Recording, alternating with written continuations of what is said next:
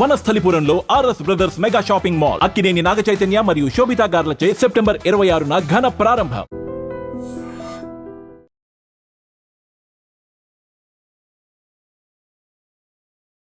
Welcome to open talk with Roddam Srinivas.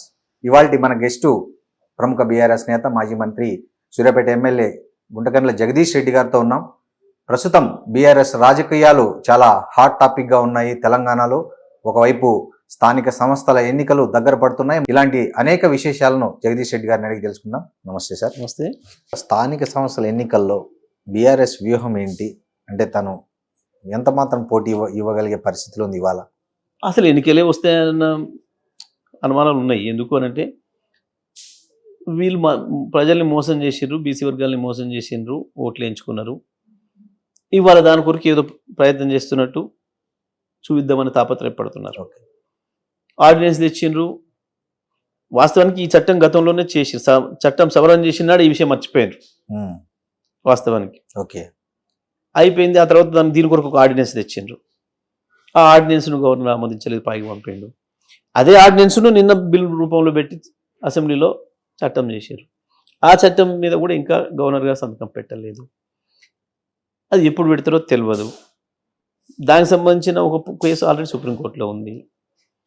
ఇప్పుడు నిన్న ఇవాళ మళ్ళీ లీకులు ఇస్తున్నారు. మేము హైకోర్టు గడువు విధించింది కాబట్టి సెప్టెంబర్ మాసాంతమని మళ్ళీ వేస్తాం పిటిషన్, కోర్టులు టైం అడుగుతామని అంటున్నారు. సరే, అవి ఎప్పుడన్నా రాని పార్టీగా మేము కొట్టాల్సిన పద్ధతిలో కొట్లాడుతూనే ఉంటాం. ప్రతిపక్షంగా తప్పకుండా మా ప్రయత్నం మేము చేస్తుంటాం. అంటే అధికార పార్టీకి చాలా ఈజీ స్థానిక సంస్థల ఎన్నికలను ఎదుర్కోవడం. కానీ ఈ రేవంత్ రెడ్డి ప్రభుత్వం ఎందుకు స్థానిక సంస్థల ఎన్నికలను పోస్ట్ పోన్ చేస్తూ పోతుందంటారు? ఇరుక్కుపోయింది.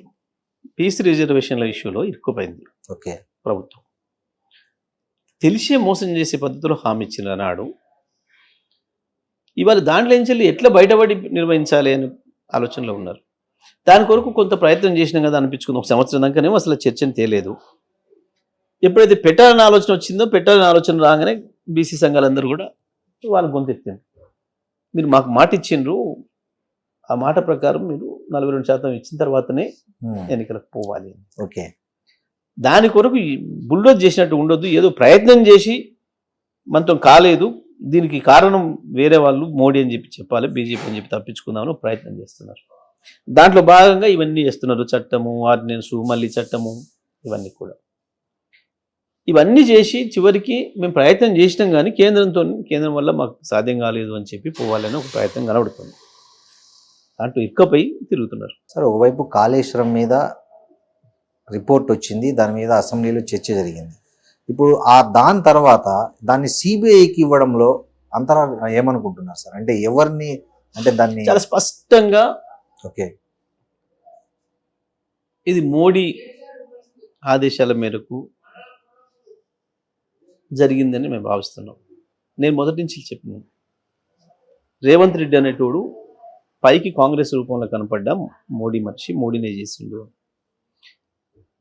ఇవాళ దీనికి డెఫినెట్గా రాహుల్ గాంధీ ఆన్సర్ చెప్పాల్సిన అవసరం ఉంది, ప్రజలకు సమాధానం చెప్పాల్సిన అవసరం. ఎందుకంటే సిబిఐ కావచ్చు, ఈడీ కావచ్చు, ఐటీలు కావచ్చు, బీజేపీ జేబు సంస్థలు అయినాయి, బీజేపీకి ఫ్రంటల్ ఆర్గనైజేషన్స్ అయినాయి. వాళ్ళ రాజకీయాల అవసరాలను తీర్చడానికి కొరకు ఏజెన్సీలుగా పనిచేస్తున్నాయి ఇవి అని చెప్పి రాహుల్ గాంధీ 2-3 ఏళ్ళుగా ఆరోపణలు చేస్తున్నాడు. ఈయన సిబిఐకి అప్పచెప్పిన రోజు సాయంత్రం కూడా తెల్లవారు, ఈయన రాత్రి 1ంటికి చెప్పిండు. అవును, ఆ తెల్లవారిన తర్వాత సాయంత్రం బీహార్లో మాట్లాడుతూ కూడా అదే మాట్లాడినాడు రాహుల్ గాంధీ. సిబిఐ అనేది బీజేపీకి ఒక రిక్రూటింగ్ ఏజెన్సీగా, పొలిటికల్ రిక్రూటింగ్ ఏజెన్సీగా పనిచేస్తుంది అని చెప్పి మాట్లాడాడు. మరి అటువంటి ఆయన పార్టీ ఇక్కడ సిబిఐకి అప్పచెప్పడం అంటే, తన చేతుల్లో ఉన్న అధికారాన్ని తీసుకొని మోడీకి అప్పచెప్పడం అని అంటే డెఫినెట్గా ఇది కాంగ్రెస్ పార్టీ, రాహుల్ గాంధీ బాధ్యత. ఒకవేళ రాహుల్ గాంధీకి తెలియకుండా జరిగితే వాళ్ళు ఏం చేస్తారు? యాక్షన్ తీసుకుంటారు, చర్య తీసుకుంటారా, ఆయన మీద ఏం చర్య తీసుకుంటారు అనేది వాళ్ళు ఆలోచించుకోవాలి.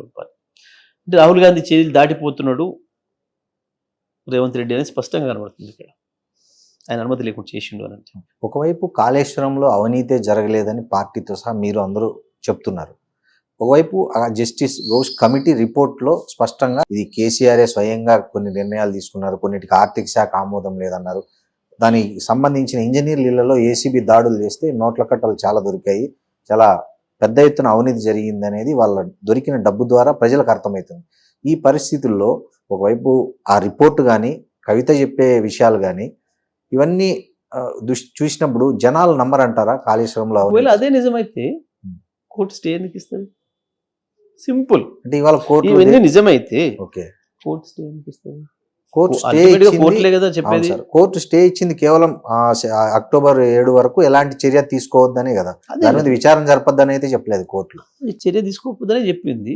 అక్టోబర్ 7 తర్వాత మొత్తం కూడా చెప్తే అసలు ఈ రిపోర్ట్ తప్ప నిజమా అనేది కూడా చెప్తుంది కదా. మేము వేసింది అది కదా కోర్టులో. కోర్టులో ఈ విచారణ కమిషనే తప్పు. కమిషన్ విచారణ అనేది సహజ న్యాయ సూత్రాలకు విరుద్ధంగా జరిగింది రిపోర్ట్ అనేది. దాన్నే కొట్టేయండి. ఈ లోపల ప్రభుత్వం ఏదో తొందరపడి కక్ష సాధింపు చర్యలు చేసే ప్రయత్నం చేస్తుంది, ఆ చర్యలు కూడా అడ్డుకట్ట వేయండి అని చెప్పి మేము కోరినాం. కోర్టు ఇమ్మీడియట్గా ఏదైతే ఉందో మీరు ఎటువంటి చర్యలు తీసుకోవడానికి లేదు, మేము ఫైనల్ విచారణ చేసి చెప్తాము అని చెప్పారు. జరుగుతున్నది అది. అంటే ఇప్పుడు కాళేశ్వరం అంశం స్థానిక సంస్థల ఎన్నికల్లో ఎఫెక్ట్ చూపిద్ది అంటారా? కాంగ్రెస్ ప్రచారం చేస్తే రేపు వాళ్ళు గది ఆశపడే అప్పుడు ఆ ఎన్నికలప్పుడు కూడా కాళేశ్వరం దాన్ని ముందర పెట్టే ప్రజల్ని మోసం చేసినాం, ఇప్పుడు కూడా అదే పద్ధతిలో మోసం చేయొచ్చు అనుకునే దాన్ని ఇప్పుడు లాగిస్తున్నారు. ఓకే, వాస్తవానికి ఈ పద్ధతుల్లో బయటపడదాం. మనం ఇచ్చిన హామీల్ని నెరవేర్చి ప్రజల్ని ఒప్పించి బయటపడడం కాదు, ప్రజల్ని కన్ఫ్యూజన్ గురి చేసేసేసి కేసీఆర్ మీద ఏదైతే ప్రజల్లో సానుభూతి వస్తుందో, విశ్వాసం పెరుగుతుందో, వాళ్ళపైన వ్యతిరేకత వస్తుందో దాన్ని సప్రెస్ చేయడం కొరకు ఇది ఒక ఆయుధంగా అవుతుంది అని చెప్పేసి అనుకొని వాళ్ళు చేసుకుంటూ వస్తున్నారు. ఇది ప్రతి సందర్భంలో మోడీ రేవంత్ కలిసే చేసుకుంటూ వస్తున్నారు. ఎందుకనంటే అసెంబ్లీ ఎన్నికల సందర్భంలో మోడీ పూర్తిగా తన పార్టీని చంపేసుకొని రేవంత్ను లేపాడు. అంటే ఎట్లా అంటారు సార్? బండి సంజయ్ ఒక యాక్టివ్ ప్రెసిడెంట్గా ఉండి కొంత బీజేపీ ఇమేజ్ తెచ్చిండు ఇక్కడ. అవును, అప్పుడు చాలా మంది కాంగ్రెస్ బీజేపీ ఈక్వల్గా వచ్చినాయి అనే భావనకు వచ్చారు ప్రజలు. మోడీకి అంటే అర్థమైంది, మేమిద్దరం ఇట్లా ఉండడం వల్ల కేసీఆర్ లాభం అవుతుంది, కాంగ్రెస్ గెలిచినా ఏం లేదు కానీ ఈసారి కేసీఆర్ను కొట్టాలి అనే ఒక ఉద్దేశంతో బండి సంజయ్ని మార్చేసి వెంటనే ఇన్యాక్టివ్ ప్రెసిడెంట్ని తెచ్చారు వాళ్ళు ఆకస్మికంగా. అక్కడే బీజేపీ సగం చచ్చిపోయింది. కానీ టీఆర్ఎస్ మీద ఉన్న వ్యతిరేక ఓట్లన్నింటినీ కూడా ఒకటి చేసే ప్రయత్నం చేసిండు, అన్ని కాంగ్రెస్ ట్రాన్స్ఫర్టెడ్ చేసి. ఎందుకు అని అంటే పేరుకు కాంగ్రెస్ రూపంలో ఉన్న రేవంత్ నా మనిషి అనే భావన ఆయనకు ఉంది. అప్పటికే ఈయన చేయాల్సిన ఏర్పాటు చేసుకున్నాడు. అంటే రేవంత్ రెడ్డి అంటే ఆయన బీజేపీలోకి వెళ్ళబోతున్నాడు. బీజేపీ కావాల్సిన ఏర్పాటు మోడీకి కావాల్సిన పద్ధతిలో పనిచేస్తున్నాడు. అంటే తను చేసింది కాంగ్రెస్ కదా సార్? అదే చెప్తున్నా నేను, కాంగ్రెస్ రూపంలో ఉన్న మోడీ మనిషి ఆయన. దాని కొరకే ఎన్డీఎస్ఏని పంపింది. జస్ట్ 2 days వాళ్ళు పోయి దిగి లోపడి పోయి చూడలే, మీటర్లు పెట్టి చూడలే, టెక్నికల్ టెస్టులు చేయలే. బ్యారేజ్ దగ్గర పోయిండ్రు, చూసిండ్రు, వచ్చిండ్రు. కరెక్ట్గా 3వ రోజు నివేదిక ఇచ్చిండ్రు. ఇంకా విచిత్రం ఏంటంటే ఒక మేడిగడ్డను చూసి వచ్చిండ్రు, సునీల్ అనారం అనే బ్యారేజ్లను చూడని కూడా చూడలే, పోను కూడా పోలే, దాన్ని కూడా నివేదిక ఇచ్చేసిండ్రు. మీరు ఆ నివేదిక చదివితే మీకు ఆశ్చర్యం ఉంటుంది. జరిగిన 1 వారం రోజుల్లో. అయితే మీకు ఇంకొక ఆశ్చర్యకరమైన విషయం కూడా చెప్పాలి. మొత్తం భారతదేశంలో ఇప్పటి వరకు ఒక 100 ప్రాజెక్టులు ఇట్లా కూలిపోయింటాయి, కొట్టుకపోయింటాయి, దెబ్బతిని ఉంటాయి. ఒక్కసారి కూడా ఎన్డీఎస్ఏ అనేది పోలే, ఎక్కడ కూడా ఎన్డీఎస్ఏ రిపోర్ట్ చేయాలి ఇప్పటివరకు. ఇప్పుడు ఇది జరుగుతుంది. ఇది కేవలం రాజకీయంగా మామే కక్షతోని కేసీఆర్ని బదనం చేయడం కొరకు మోడీ ఆడిన నాటకం ఇది. మోడీ పంపించిండు అని చెప్పి 3 రోజుల నివేదిక. ఇంత ఆశ్చర్యం. ప్రాజెక్ట్ దగ్గర పోకుండానే పరిశీలించకుండానే నివేదిక ఇచ్చారు. ఇది ఇంకా ఆశ్చర్యం. అయిపోయింది. మళ్ళీ 4 నెలలు పడబెట్టి అయిపోయింది, దాని మీద చర్చ లేదు. మళ్ళీ మేము వరంగల్ అంతా కూడా వేరే ఏ సాక్ష్యాలు అక్కర్లేండి. చాలా విషయాలకి సాక్ష్యాలు ప్రత్యక్షంగా ఉండవు, ఇవే సాక్ష్యాలు. మోడీకి రేవంత్కు అనుబంధం ఉంది అని చెప్పడానికి ఈయన చేతిలో ఉన్న అధికారాన్ని తీసుకుపోయి ఆయన చేతికి ఇవ్వడమే సాక్ష్యం, మీకు వేరే సాక్ష్యాలు అక్కర్లేదు. ఎవరైనా ఇప్పుడు వేరు పార్టీలు మీవి, ఒకటే పార్టీ అంటే కూడా ఒకటి. ఇక్కడ బీజేపీ అధికారం ఉంది, అక్కడ అధికారంలో ఉంది కాబట్టి ఇంకా పెద్ద ఏజెన్సీ దాంతో చేయిస్తానికి అని చెప్పేసి మాకు పంపండి అని చెప్పేసి అని వాళ్ళు అడిగితే పంపిండంటే వేరు, అధిష్టానం ఆర్డర్ ఇస్తే పంపిండంటే కూడా. ఈడ నువ్వు కాంగ్రెస్ పార్టీ ముఖ్యమంత్రివి, ఆ ఏజెన్సీలను నీ అధినాయకుడు తీవ్రంగా వ్యతిరేకిస్తున్నాడు, అసలు ఎలక్షనే దాని మీద చేస్తున్నారు. వీళ్ళు అవును.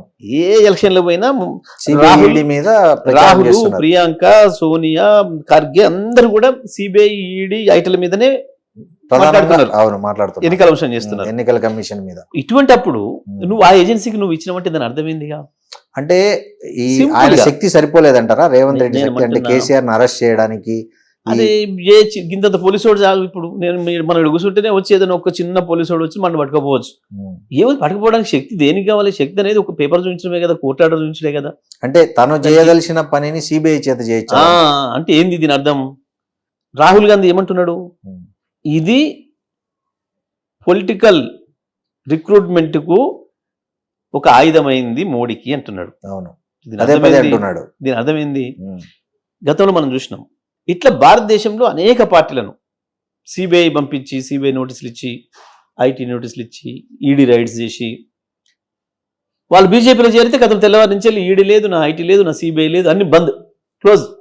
ఓకే. లేకపోతే విచారణ జరుగుతుంది, జైలు పంపుతారు, రకరకాలు చేస్తారు వాళ్ళు. ఇప్పుడు ఈ అధికారం నువ్వు మోడీకి ఇచ్చినావు అంటే పొలిటికల్ రిక్రూట్మెంట్ చేసుకోవడానికి బీజేపీ, టీఆర్ఎస్ ను లొంగ తీసుకోవడం కొరకు మోడీకి ఈయన అవకాశం ఇచ్చిండు అనేది వాళ్ళ కాంగ్రెస్ నాయకులు మాట్లాడుతున్నారు చాలా మంది. అవును, అంటే అంటే కాంగ్రెస్ మావోడు నాయకులు- మోడీతోని కాదు. మిలాఖత్ అయిండు అనడానికి ఇది మంచి ఉదాహరణ. ఇప్పుడు ఇన్ని రోజులు బీఆర్ఎస్ చెప్పినా ఎవరు నమ్మలేదు, కానీ ఇప్పుడు మాత్రం ప్రజలు నమ్మే అవకాశం వచ్చింది అని చెప్పి కాంగ్రెస్ నాయకులే మాట్లాడుకుంటున్నారు. And for more videos, Please subscribe to iDream. Please subscribe to iDream. Please subscribe iDream. And please subscribe to iDream. For more videos, subscribe to iDream. please like, share, and subscribe to the channel. Congratulations, iDream. Subscribe to iDream. Subscribe to iDream. So subscribe to iDream Media. iDream ki iDream team andarki huge congratulations. Please subscribe iDream Media. Please subscribe to iDream. Subscribe iDream. Please subscribe to iDream. iDream అంటే నా కళల ఛానల్ను subscribe చేసుకున్న నోరు తిరుగుతలేదు, మీరైతే గంట గుర్తు కొట్టండి. For more such videos, please subscribe to iDream. Subscribe to iDream. Please subscribe to iDream. Please subscribe iDream Media. Please do subscribe to iDream. Please subscribe to iDream Media. For best entertainment and information, please subscribe iDream. And don't forget to subscribe to iDream.